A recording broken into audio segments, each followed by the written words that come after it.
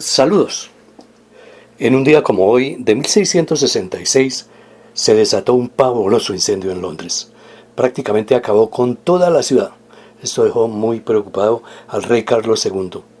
Era la segunda desgracia en sus 5 años de reinado. El año anterior se había presentado la peste bubónica que había dejado numerosas víctimas. Indudablemente eran castigos divinos. ¿Sería por haber restablecido la iglesia anglicana siendo el católico? Había que descubrir por qué se había puesto bravo Dios.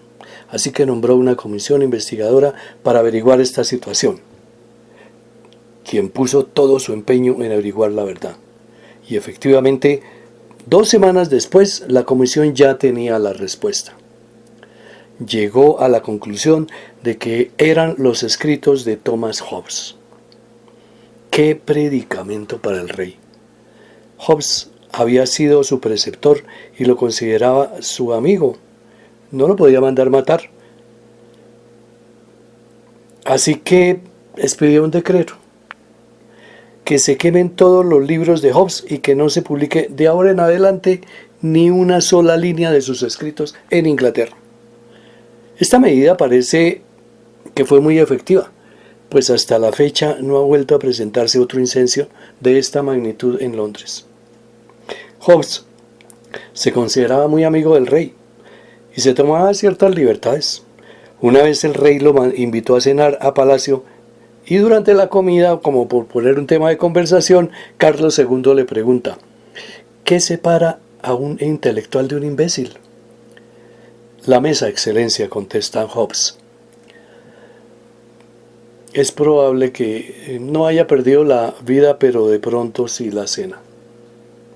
¿Pero qué era lo que había escrito Thomas Hobbes que había provocado la ira divina? Pues había escrito el Leviatán. No se refería a ese fabuloso monstruo bíblico ni al demonio católico que preside el pecado de la envidia. Aunque no lo explica claramente, es una crítica a la unión Iglesia-Estado, a la idea que los reyes son la representación de Dios en la tierra. No en vano tenía fama de ateo. Pero antes explica las razones del origen del Estado. Sostiene que todos los hombres son naturalmente iguales en estado de naturaleza. Antes de haber ningún gobierno, todo hombre desea conservar su propia libertad, pero para adquirir dominio sobre los otros. Así pues que el hombre se convierte en un lobo para el hombre. De este conflicto pues surge una guerra de todos contra todos. En un estado de naturaleza no hay propiedad, justicia, solamente hay guerra. ¿Cómo se libra de esto el hombre? No es aceptando un enviado de Dios, es haciendo un contrato social en el que se formen comunidades, cada una de las cuales sujeta a una autoridad central. Se supone que una cantidad de personas se reúnen, acuerdan elegir a un soberano o a un cuerpo soberano que va a ejercer una autoridad sobre ellos y pondrá fin a la guerra. El convenio tiene que conferir poder absoluto, ya sea a una persona o a una asamblea, para que se pueda imponer. Los convenios sin la espada no son más que palabras. Los ciudadanos se reúnen para elegir al soberano por mayoría. Una vez sale elegido el soberano o la asamblea, los ciudadanos pierden todo su poder político. La minoría se halla tan obligada como la mayoría. Los ciudadanos pierden todos los derechos, salvo aquellos que el gobierno pueda conveniente considerar concederles. No hay ningún derecho a la rebelión, porque el gobernante no está obligado por ningún contrato, mientras que los súbditos sí. Los poderes del soberano en el sistema de Hobbes son ilimitados. La ley de la propiedad tiene que estar totalmente sometida al soberano. Se admite que el soberano puede ser despótico, pero aún el peor despotismo es mejor que la anarquía. Juan Jacobo Rousseau, unos años más tarde en Francia, se inspiró en John Locke, pero principalmente en Hobbes, para escribir su contrato social.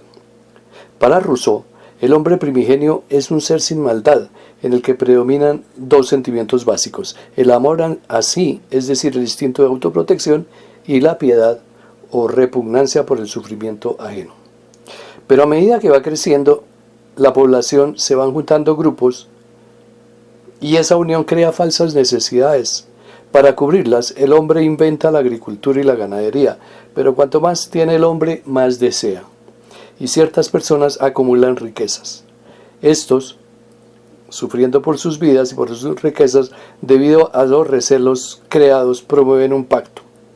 Este pacto será el primer código jurídico. Los hombres voluntariamente rehusan a un estado de natural inocencia para someterse a las reglas de la sociedad, a cambio de beneficios mayores inherentes al intercambio social.